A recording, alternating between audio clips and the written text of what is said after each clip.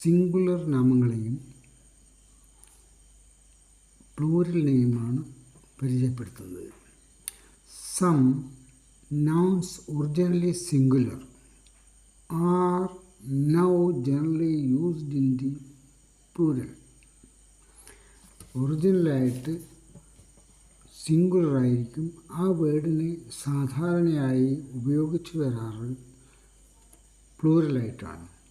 Example: alms, riches, eaves. Alms എന്താർത്ഥം? ഭിക്ഷ. Riches സമ്പത്ത്. ഈവ്സ് മേൽക്കൂരയുടെ മുകൾ ഭാഗം. അതുപോലെ the following plural forms are commonly used in singular.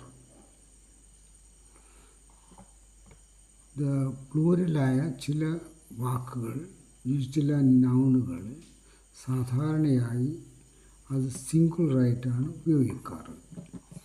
ഉദാഹരണമായി mathematics, physics, mechanics, politics, news, innings.